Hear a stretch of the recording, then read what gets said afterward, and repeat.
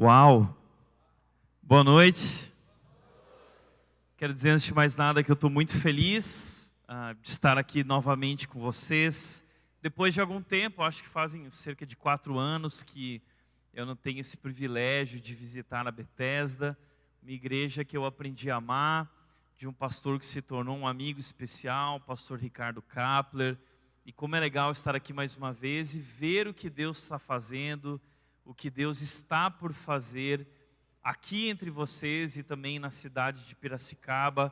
Eu quero dizer que de verdade, eu de alguma maneira tenho um amor especial por essa igreja. Eu confesso que eu não tenho saído da minha igreja não aceito mais convite, então de fato tem a ver com essa amizade, com esse carinho por vocês. Eu quero dizer que eu estou muito feliz pelo convite, pela oportunidade. Aliás, eu fico até constrangido de pregar depois dessa pregação do pastor Ricardo, né, porque foi um tema tão especial. Como é bom lembrar, né, que nós não somos nada e que, na verdade, tudo está nas mãos de Deus, e o convite dele para nós é descansar nele, é se render nele, que o nosso trabalho, como diz aquela música, né, o nosso trabalho é descansar nele, né, como o pastor Ricardo falou, se esforçar para descansar e entrar nesse descanso do Senhor. Então, depois de uma palavra tão especial, eu acho que a gente podia ir dormir, né? Praticar a palavra que o pastor Ricardo falou.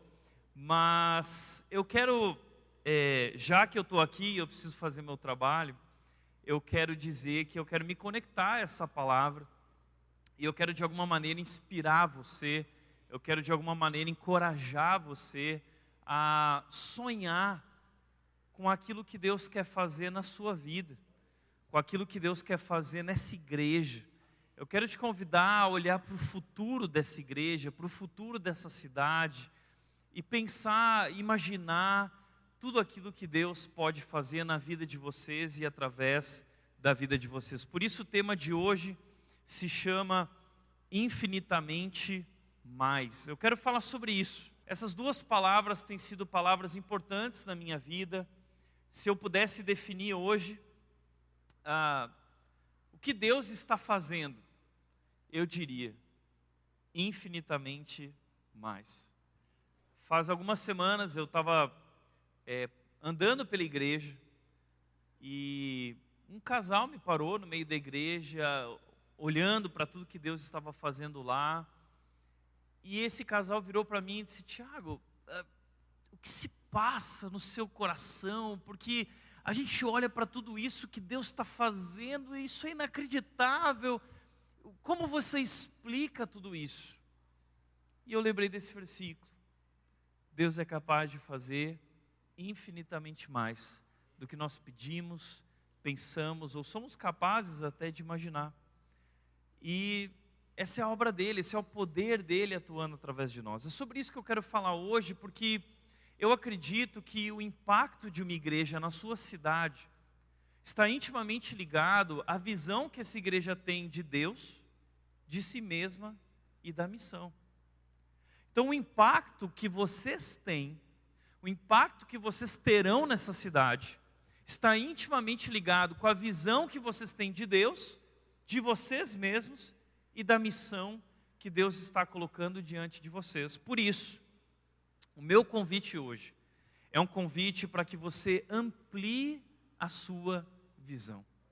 Quanto maior for a sua visão de Deus, de si mesmo e da missão, maior será o impacto que Deus vai gerar através da vida de vocês, através dessa igreja. Por isso, eu quero apresentar para você esse texto, Efésios capítulo 3, versículo 20, diz o seguinte: aquele que é capaz de fazer infinitamente mais do que tudo que pedimos ou pensamos, de acordo com o seu poder que atua em nós, a Ele seja a glória na igreja e em Cristo Jesus, por todas as gerações, para todos sempre.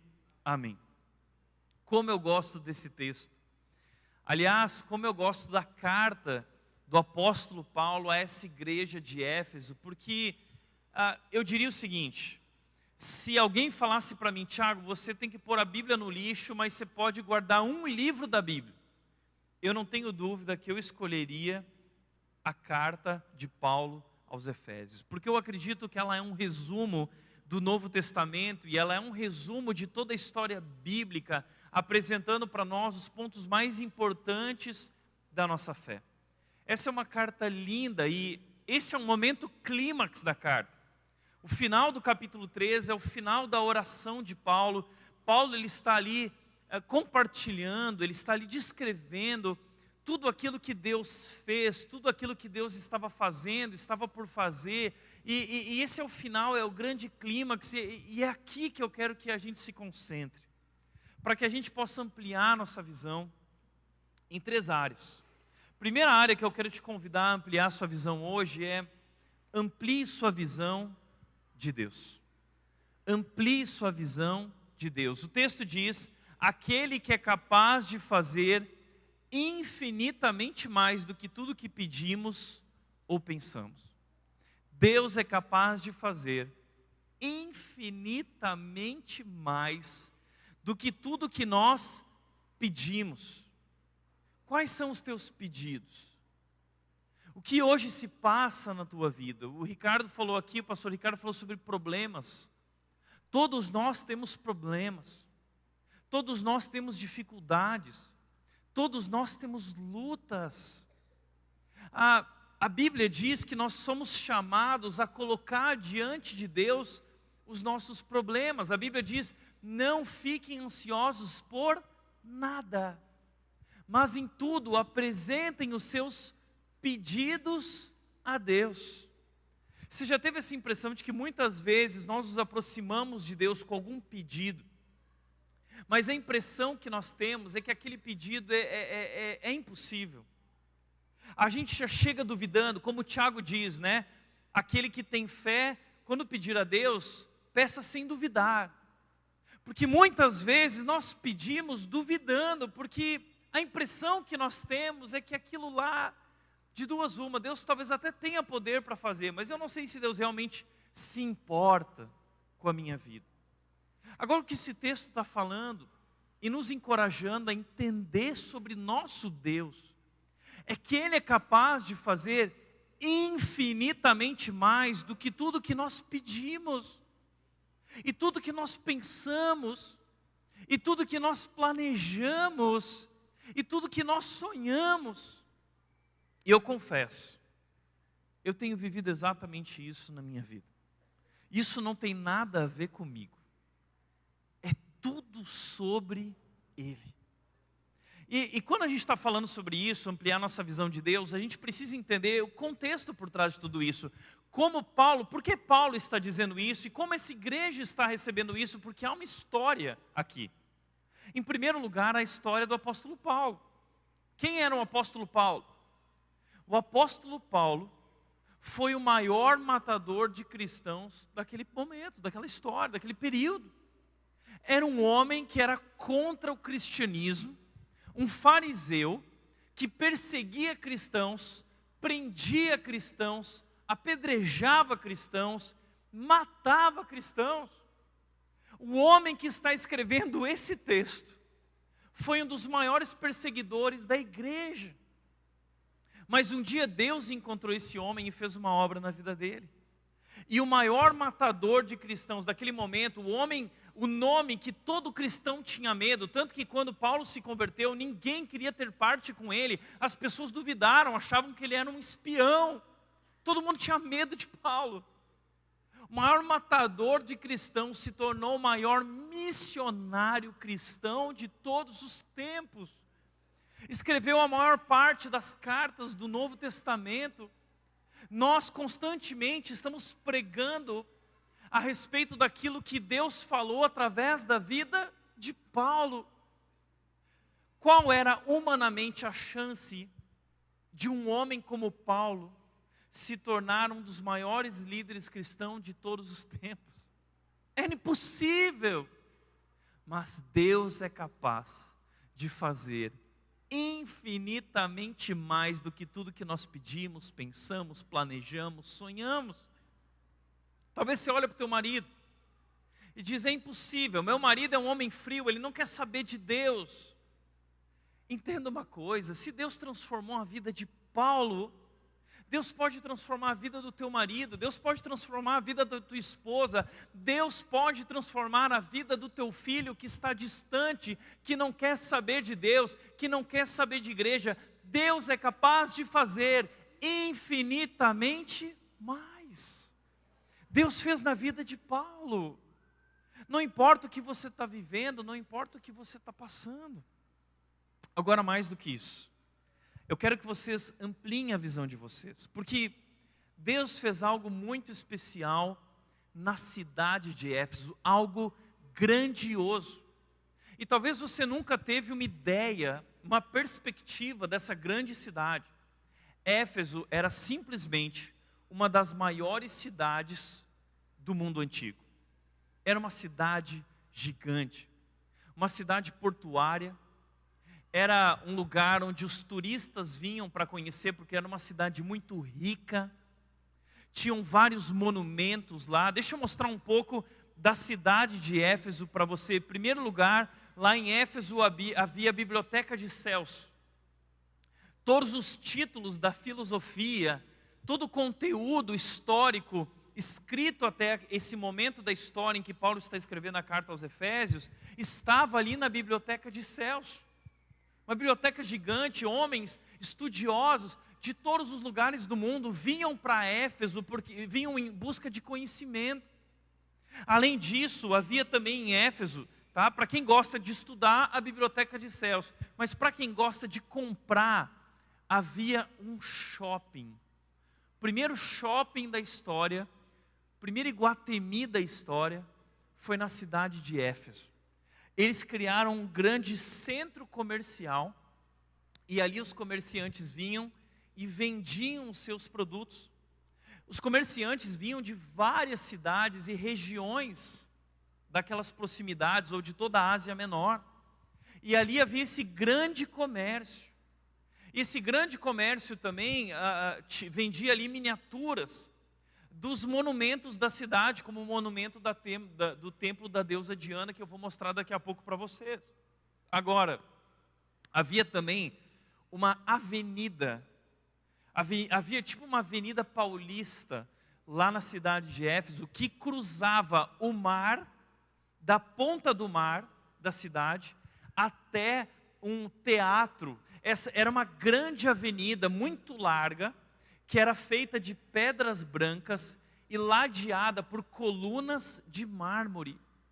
Era uma cidade linda, cheia de prédios. Você tem noção disso? Sabe, eu lembro uma vez Deus é capaz de fazer infinitamente mais. Eu ganhei uma viagem para Nova York de graça, tá?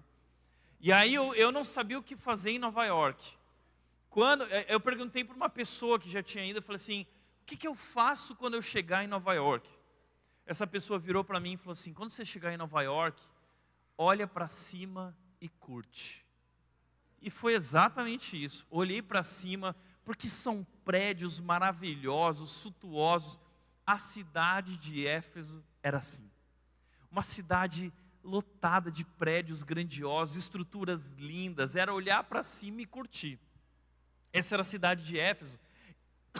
E essa grande avenida, ela terminava num teatro para 25 mil pessoas.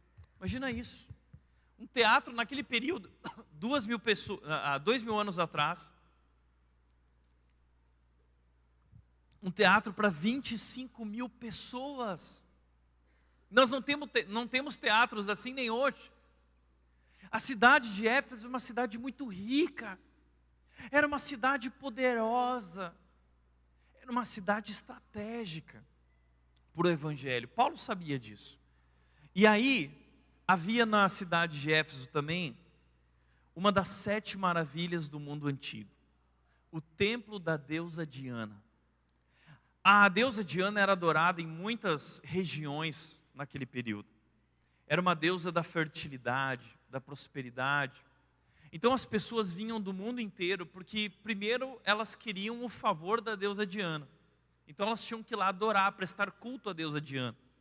Mas além disso, elas iam para conhecer esse monumento, que era um dos maiores templos do mundo antigo, se não o maior templo do mundo antigo. E olha que interessante, as pessoas vinham para conhecer esse lugar que era feito de muitas colunas de mármore e ouro, e havia muito turismo em torno disso, e os ourives vendiam miniaturas do templo da deusa Diana, e em todo o mundo antigo havia uma expressão que se referia a essa grandeza do templo da deusa Diana.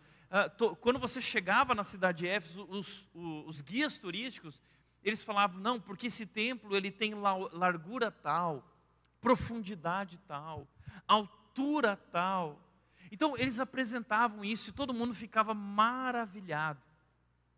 É interessante que Paulo, na carta dele, no versículo 18, antes desse versículo que nós estamos lendo, ele fala o seguinte: a minha oração é que vocês possam compreender e conhecer, experimentar a largura, o comprimento, a profundidade e a altura do amor de Deus.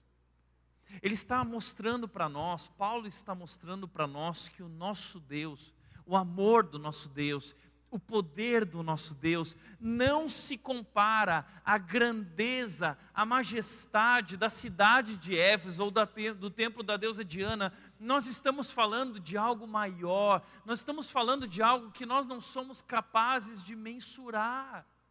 Um Deus que é capaz de fazer infinitamente mais. Agora, Paulo era um estrategista, e ele sabia que ele precisava alcançar uma cidade estratégica, para que através daquela cidade o evangelho pudesse se propagar por toda a Ásia. Ele escolheu Éfeso. Qual era a chance, deixa eu te fazer uma pergunta, qual era a chance de o evangelho chegar numa cidade tão grande, tão poderosa, tão rica e causar impacto? Não havia chance. Paulo não tinha recursos. Os discípulos nunca tiveram recursos para levar a missão adiante. Muitas vezes eu ouço pessoas falando isso para mim, quando olham para a Rede ou para igrejas como a Bethesda, e perguntam o seguinte: mas lá vocês têm recursos. Não, nunca tivemos recursos. Nunca tivemos. Os discípulos nunca tiveram recursos. E Jesus mostrou para eles essa grande lição na multiplicação dos pães, que não era sobre recursos, era sobre confiar no seu poder, que é capaz de fazer infinitamente mais. Então Deus mostra o que Ele é capaz de fazer com 5 pães e 2 peixes. E se Deus pode fazer tudo aquilo que Ele fez com 5 pães e 2 peixes, o que Deus pode fazer com tantas pessoas nas suas mãos? Deus quer fazer grandes coisas. Então Paulo, entendendo isso, ele foi para Éfeso. E diz que Paulo chegou lá e ele alugou um espaço numa escola. Ele começou a ensinar numa escola. E ali, no horário do almoço, provavelmente, quando os trabalhadores paravam por causa do sol que era muito quente, ali ele começou a ensinar a palavra, e diz que ele pregou a palavra durante 3 anos, e muitas pessoas ouviram o Evangelho. Muitas pessoas se renderam a Cristo. Pessoas de várias partes da Ásia passavam por ali, e Paulo começou a ficar famoso e conhecido, e diz a Bíblia, Atos capítulo 19, vai contar a história de Paulo passando por Éfeso. E o ministério, e o que aconteceu naquela igreja. E algo incrível, porque Deus começou a realizar milagres através da vida de Paulo. Milagres. E as pessoas vinham, e o texto bíblico diz o seguinte, que o nome de Jesus era engrandecido. Uau! Quando eu leio essas palavras a respeito da igreja de Éfeso, eu fico tocado, porque esse é o meu maior desejo. Que na minha cidade, o nome de Jesus seja engrandecido. Eu não tenho dúvida que esse é o sonho de vocês como igreja, que o nome de Jesus seja engrandecido. E eu não tenho dúvida que Deus já tem realizado milagres aqui, e que Deus tem transformado a vida de pessoas como Ele fez em Éfeso. Sabe o que aconteceu em Éfeso? Um grande tumulto começou a acontecer na cidade.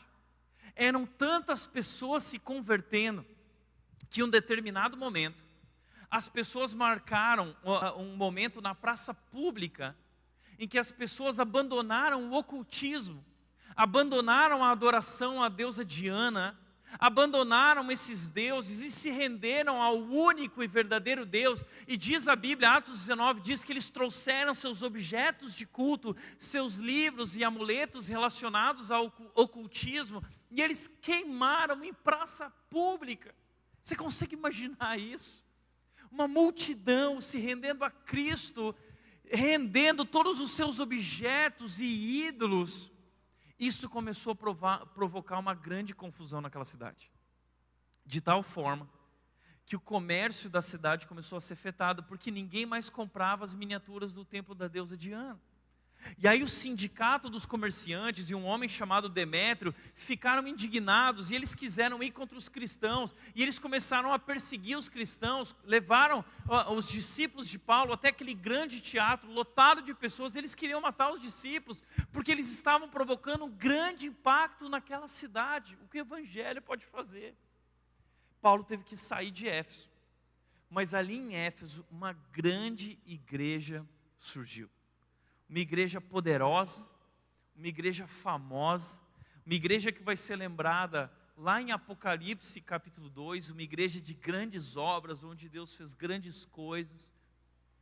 Não é incrível isso? Qual era a chance de o evangelho penetrar a cidade de Éfeso e causar impacto? Não havia chance.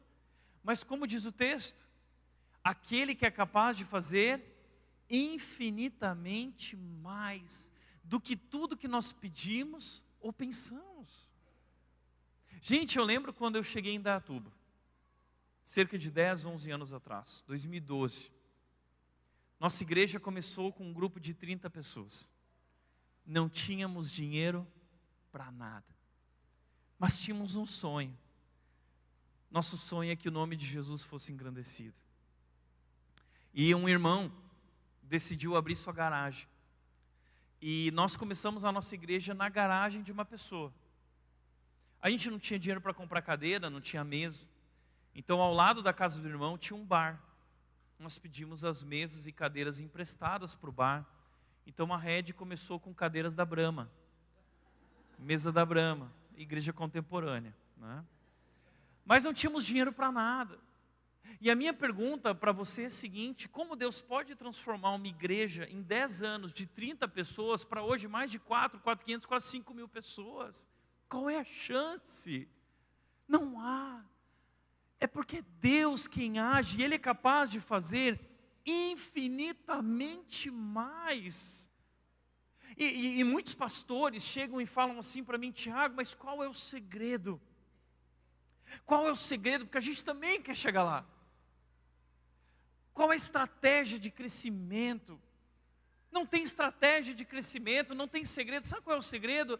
Pregue o Evangelho, porque a Bíblia diz que o Evangelho é o poder de Deus para a salvação do mundo. E sabe o que nós fizemos desde o primeiro dia que nos tornamos igreja em Indaiatuba? Nós começamos a pregar o Evangelho, porque o segredo, sabe qual é? É o Evangelho.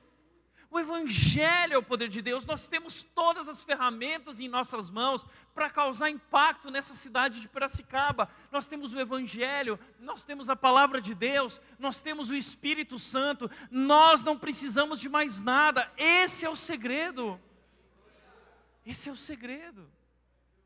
Deus é capaz de fazer infinitamente mais.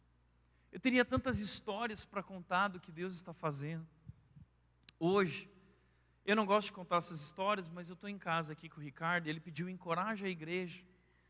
Eu sei que vocês estão crescendo, daqui a pouco vão precisar pensar num espaço novo. Sabe quanto a gente tinha de recurso para um espaço novo? Nada. Deixa eu contar para você uma coisa. Acho que foi 2015, depois de 5, 6 anos de igreja. A gente teve aí já 4 tesoureiros na rede, né, nos seus mandatos. E um dos tesoureiros estava indo viajar para os Estados Unidos, morar lá, e eu convidei um outro homem para ser o tesoureiro da igreja. Um homem de Deus. Chamei: assume as finanças aqui. Ele falou: assumiu as finanças, olhou a conta da igreja. No primeiro dia que ele assumiu, ele declinou do cargo. Eu lembro da reunião à noite, quando ele se reuniu com a diretoria da igreja, ele falou assim: gente, isso aqui é loucura. A rede não dura mais um mês. Essa foi a palavra dele. ele declinou no cargo e a gente escolheu um outro louco para assumir a tesouraria. Gente, posso te falar uma coisa?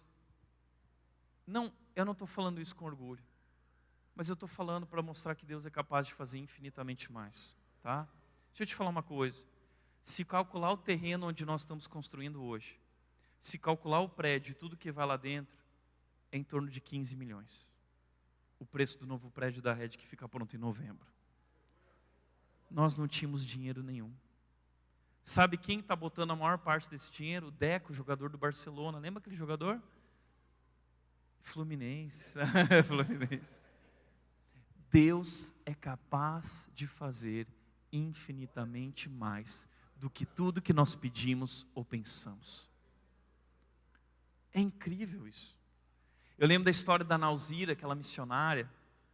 Eu lembro de uma história quando a Nauzira fala que ela precisava ir para Angola e ela tinha que levar 800 quilos de bagagem, de material, de suprimentos, 800 quilos. Quando a gente vai viajar e tem 1 quilo a mais na mala, já não dá um trabalho. Imagina 800 quilos. Ela estava preocupada.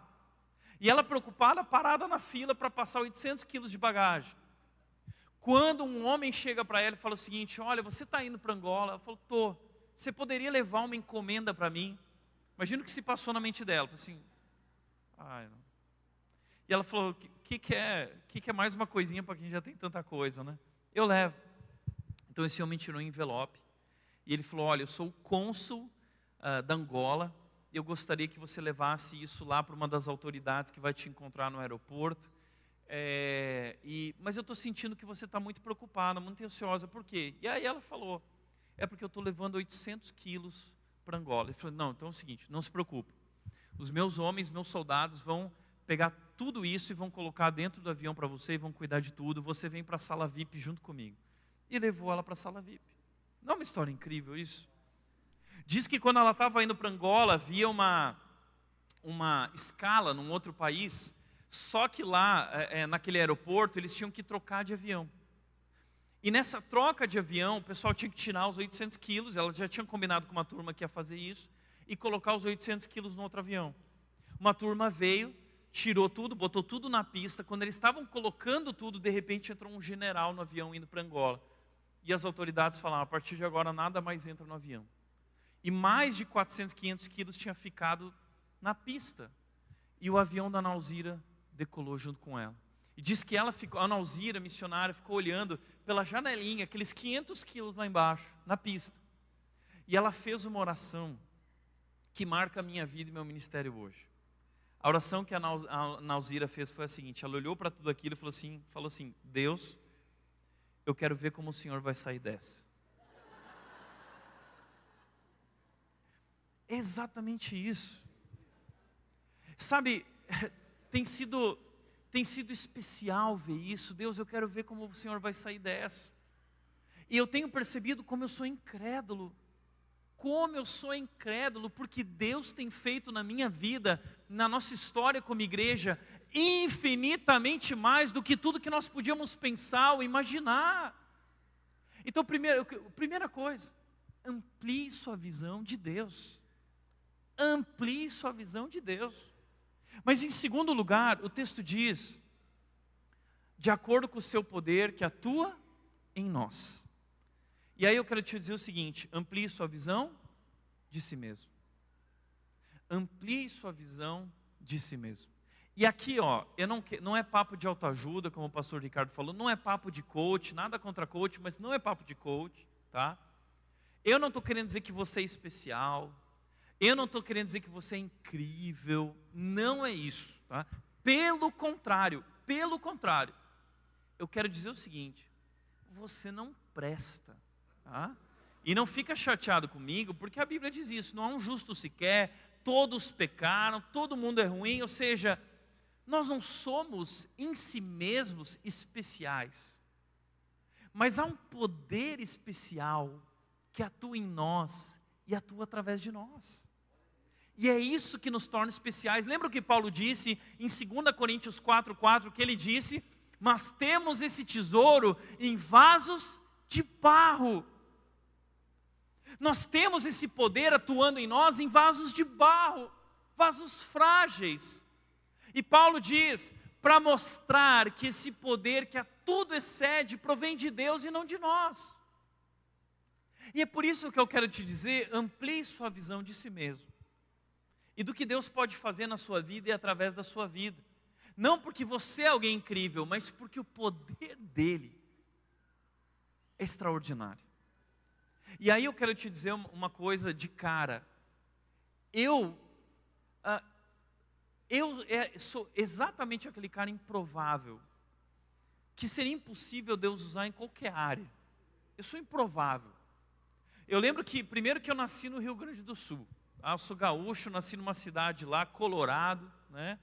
Nasci numa igreja pequena. Eu sempre fui um cara muito feio, espinha, orelhudo. Meu apelido na escola era Topodídio. Tá? Isso já denuncia de que década eu sou, né? Topodídio. Tinha vários apelidos, né? E orelhudo, tinha que esconder a orelha, as espinhas. E eu não era o mais inteligente da turma. Eu não era o popular da turma. Eu era um cara extremamente tímido. Enfim, eu era aquele adolescente com várias crises na sua vida. Mas um dia, eu estava sentado no piano, na sala da minha casa, meus pais tinham ido viajar durante a madrugada, eu recebi uma visita especial. Eu senti a presença de Deus na minha sala. E senti como que a mão de Jesus no meu ombro, falando no meu ouvido: Tiago, eu te amo, e eu tenho um grande plano para a sua vida. Naquele momento eu caí de joelhos no chão e eu me rendi. Eu consagrei minha vida para ser pastor quando eu tinha 14 anos. Nasci numa família simples, nós não tínhamos muitos recursos. Minha liderança começou a preparar para que eu fosse estudar teologia. Comecei a estudar teologia com 15 anos lá no Sul. Eu tinha o sonho de ir para o seminário, mas eu não tinha condições de pagar a mensalidade do seminário, que era em São Paulo, para a Palavra da Vida.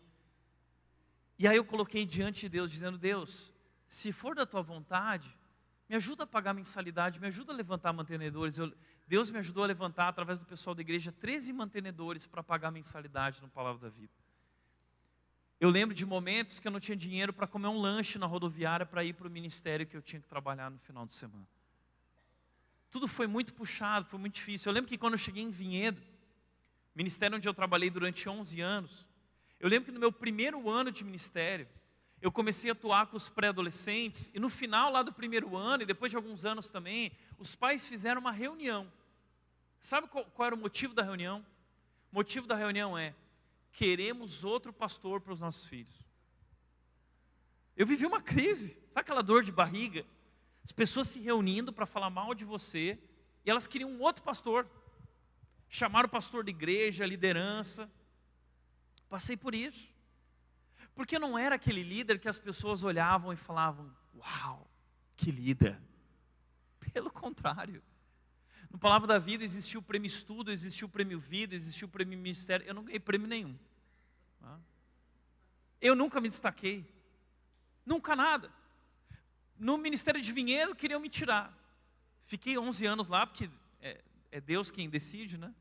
Quando eu cheguei em Indaiatuba, porque o André falou assim: agora você vai assumir uma igreja em Indaiatuba de 30 pessoas. Eu lembro que havia um grupo de líderes. Um dos líderes desse grupo virou para mim e disse o seguinte: ouve o que ele disse. Ele disse assim: você não é o cara para essa igreja. Você não é o que essa igreja precisa. Você não é o cara que nós estamos sonhando para a nossa igreja. Como você receberia essa mensagem? Na hora aquilo caiu no meu coração como uma bomba. Mas sabe o que eu descobri? Eu descobri que esse homem tinha razão. Eu não era o cara. Eu não sou o cara. Eu nunca serei o cara para a rede. E Deus quis deixar isso muito claro, para mostrar para mim e para toda a nossa igreja, que nunca seria sobre o Tiago, mas seria sobre esse Deus, que atua em nós, e é capaz de fazer infinitamente mais.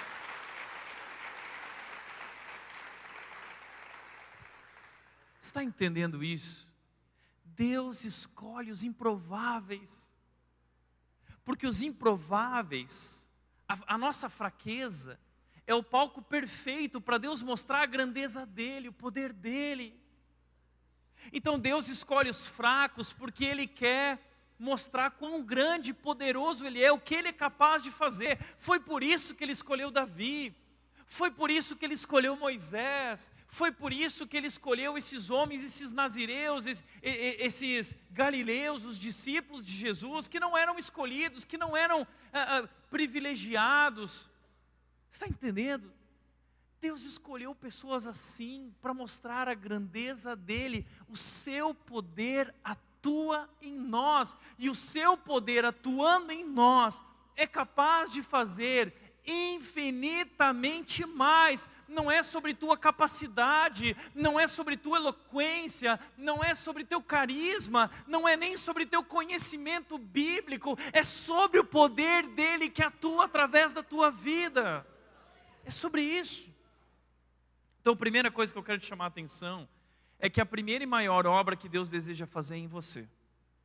Não perde foco. Porque o que Deus quer fazer em primeiro lugar é na tua vida. O que Deus tem trabalhado na minha vida, transformando meu caráter, me esmagando. Deus tem me esmagado. Deus, eu costumo dizer o seguinte: a vida cristã não é sobre crescimento. Ai, como assim, Tiago? Eu achava que era sobre crescer. Não. A vida cristã é sobre esvaziamento. Deus tem esmagado o meu ego. Deus tem mostrado, provado para mim que não tem nada a ver comigo. Deus tem colocado na minha equipe pastores incríveis, tão incríveis quanto mais incríveis que eu. Deus tem feito coisas inacreditáveis, e João 3,30 tem latejado na minha mente, que diz o seguinte: João Batista disse: convém que ele cresça e que eu diminua. É sobre Ele. E a obra que Ele está fazendo na minha vida é uma obra de fazer o Tiago morrer, como disse Paulo em Gálatas 2,20, fui crucificado com Cristo, assim já não sou eu mais quem vive, mas Cristo vive em mim. É para isso que nós estamos sendo chamados, não para que o nosso nome seja reconhecido, esteja lá no Instagram com muitos seguidores, não é sobre isso. Eu fui crucificado com Cristo, assim é Cristo que vive em mim. É sobre morrer a cada dia, é sobre tomar a nossa cruz, é sobre negar a si mesmo, é sobre essa transformação que Deus quer fazer na nossa vida. Eu nunca esqueço que eu estou com uma filha agora de 1 ano e 10 meses, a Mel, uma gordinha muito fofinha. Dá uma olhada lá no Instagram, uma figura. E quando a Mel nasceu, a Nath passou aquele primeiro mês que é o puerpério. E o puerpério é um momento em que emocionalmente a mulher, ela está muito, essa montanha-russa emocional, né? São muitos hormônios, e uma hora está triste, uma hora está feliz. E eu já tinha me preparado para o puerpério, falando assim, não, eu entendo. Mas eu não imaginava o que estava por vir, né? E aí, teve uma noite que eu entrei no quarto e a Nath estava mal e a gente discutiu. E não teve resolução. Eu saí do quarto indignado, me sentindo ferido. Eu saí do quarto, bati a porta e minha mãe tinha vindo visitar a gente por causa do nascimento da Mel, ela estava lá passando a semana. Eu bati a porta, eu fui para a sala, minha mãe estava na sala com aquela cara, eu olhei para minha mãe e falei assim, hoje está difícil. Sabe o que minha mãe virou para mim e falou? Minha mãe só falou uma coisa, ela falou assim, Tiago, morra. Morra para si mesmo. Qual é a mãe que vira para o filho e fala isso, né? Morra. Sabe que mãe? Uma mãe que conhece o Evangelho. E essa expressão da minha mãe define meu ministério. Deus tem feito eu morrer. Deus está me chamando todos os dias para morrer. Para diminuir, para que Ele cresça. Essa é a minha oração, que Ele cresça e que eu diminua. Para que o seu poder possa transformar a minha vida e possa usar a minha vida. A obra é de Deus, mas Ele decidiu fazer através de nós.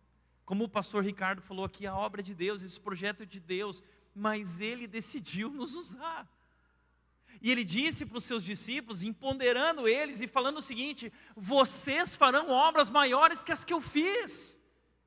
Então Deus reparte conosco a sua obra, o seu ministério, não é sobre nós, não é sobre nossa capacidade, é sobre Ele, mas Ele é capaz de fazer infinitamente mais do que pedimos ou pensamos, de acordo com o seu poder, que atua em nós. E é incrível, de repente, ver o que Deus pode fazer através da nossa vida num pequeno grupo. O que Deus pode fazer na escola bíblica dominical, no espaço Kids aqui da Bethesda. É incrível, porque muitas vezes a gente se sente assim, não, eu não sou capaz, eu não tenho nenhuma habilidade. Moisés era assim. Deus, mas eu não sei falar. Deus, mas ninguém me conhece. E Deus fala assim, Moisés, não é sobre você, é sobre mim, é o meu poder que atua em você. E nós precisamos entender isso de uma vez por todas. Então amplie sua visão de Deus. E amplie sua visão de si mesmo, do que Deus pode fazer, do que esse poder de Deus é capaz de fazer, atuando em você e através de você. E terceiro e último lugar, para a gente encerrar, amplie sua visão da missão. O texto termina dizendo, a Ele seja a glória na igreja e em Cristo Jesus, por todas as gerações, para todo o sempre. Amplie sua visão da missão. Sabe que cerca de 6 anos atrás, eu recebi um convite inusitado. Eu recebi o convite de ir para a Indonésia participar do encontro em Lausanne.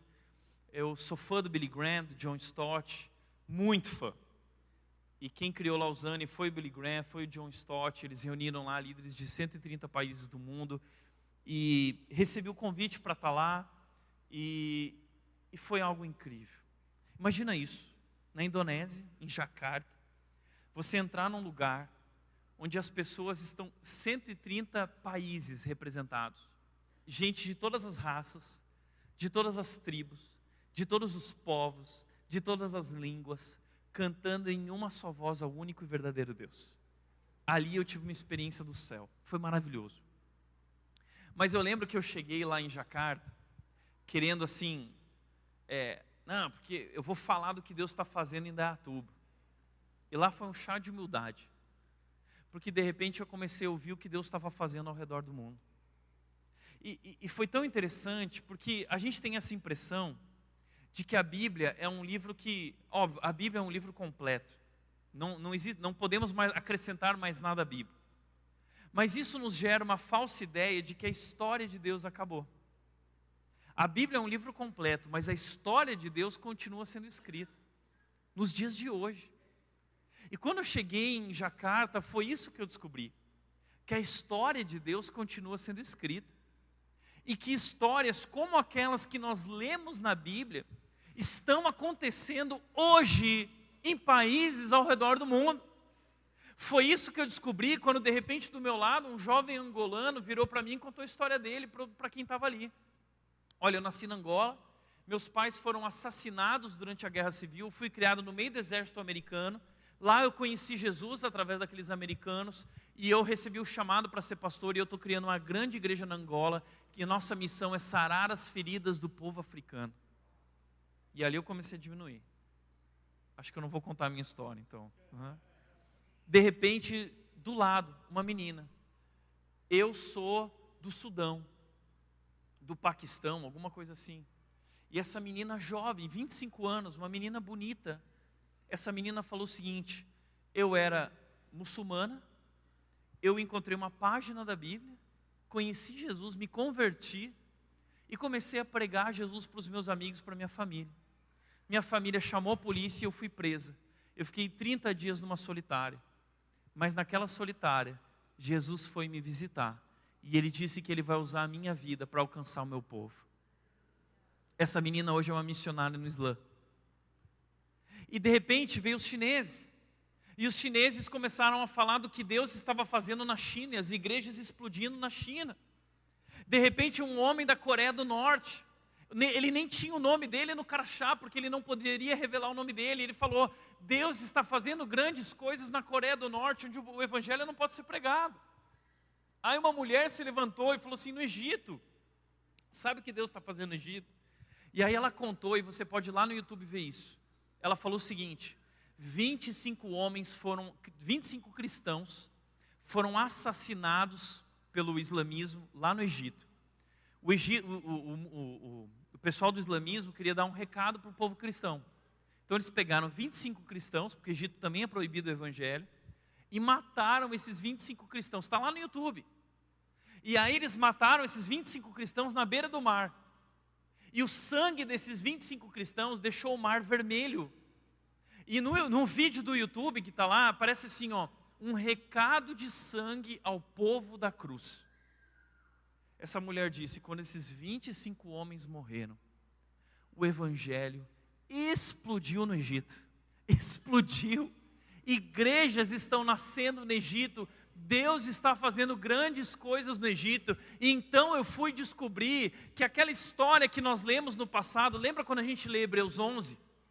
Hebreus 11 diz o seguinte: Moisés agiu, Noé, o que Deus fez através de Gideão, o que Deus fez através de cada um desses homens. A gente lê essas histórias, a gente acha incrível, é a galeria dos heróis da fé. Mas o que eu descobri quando eu fui para a Indonésia é que esse mesmo Deus continua agindo através de homens improváveis, mulheres improváveis, e a história de Deus continua sendo escrita. E aí que então, Hebreus capítulo 12, versículo 1 fez sentido para mim. Aí eu entendi que Hebreus 11 termina e Hebreus 12 começa dizendo: portanto, também nós, que estamos rodeados, cercados por tão grande nuvem de testemunhas, corramos com perseverança a corrida que nos é proposta, tendo os olhos fitos em Jesus, o autor e consumador da nossa fé. Sabe por quê? Porque essa corrida continua. Esses homens, Hebreus 11, é a galeria dos heróis da fé, eles estão passando o bastão um para o outro. Deus em cada geração, por todas as gerações, Ele tem atuado. Ele atuou na geração de Abraão, através de Abraão, na geração de Davi, através de Davi, como diz o texto lá, tendo, pois, Davi servido ao propósito de Deus em sua geração, adormeceu. Mas esse bastão passou adiante. E o que ele está dizendo é, portanto, também nós agora corramos a nossa corrida, a corrida que nos é proposta. Temos essa grande nuvem de testemunhas. Deus está nos chamando para participar da sua missão, para fazer parte dessa corrida, tendo os olhos fitos em Jesus, porque não é sobre mim, não é sobre você, é sobre Ele. A Ele seja a glória na igreja e em Cristo Jesus. A Ele seja a glória.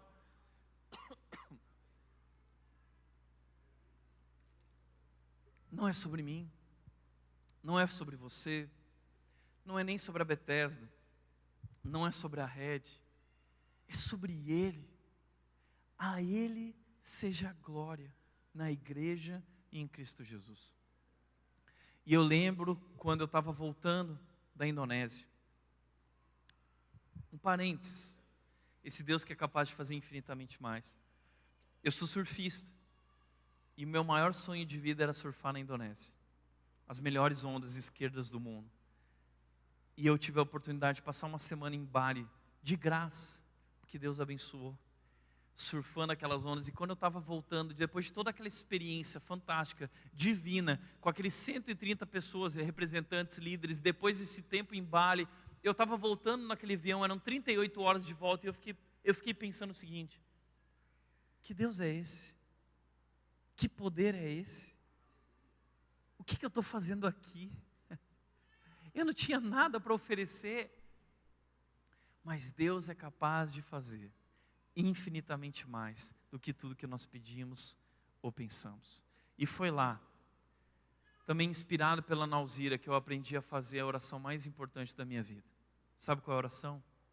A oração é a seguinte: Deus, não me deixa de fora do que o Senhor está fazendo no mundo.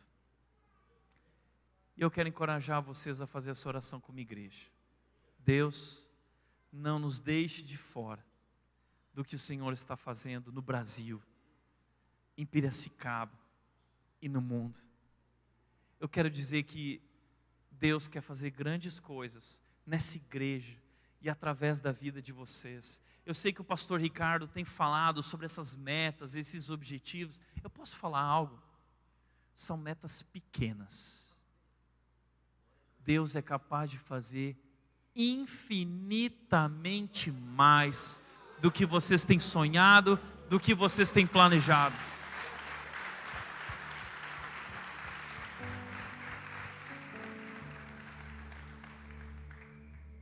Mas nunca esqueça, a glória é dele.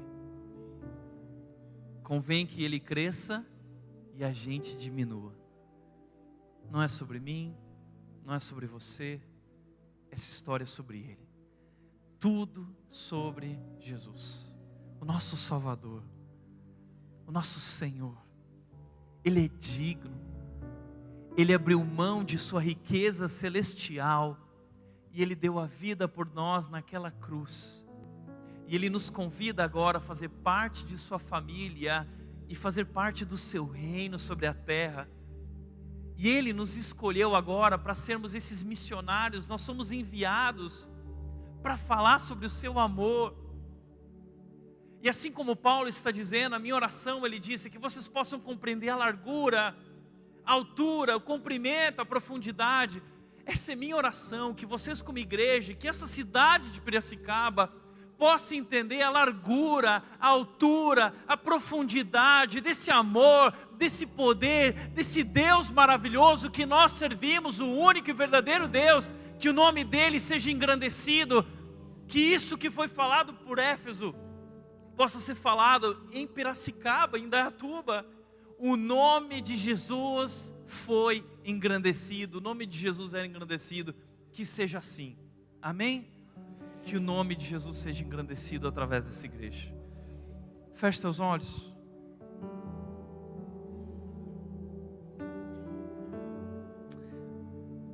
Pai,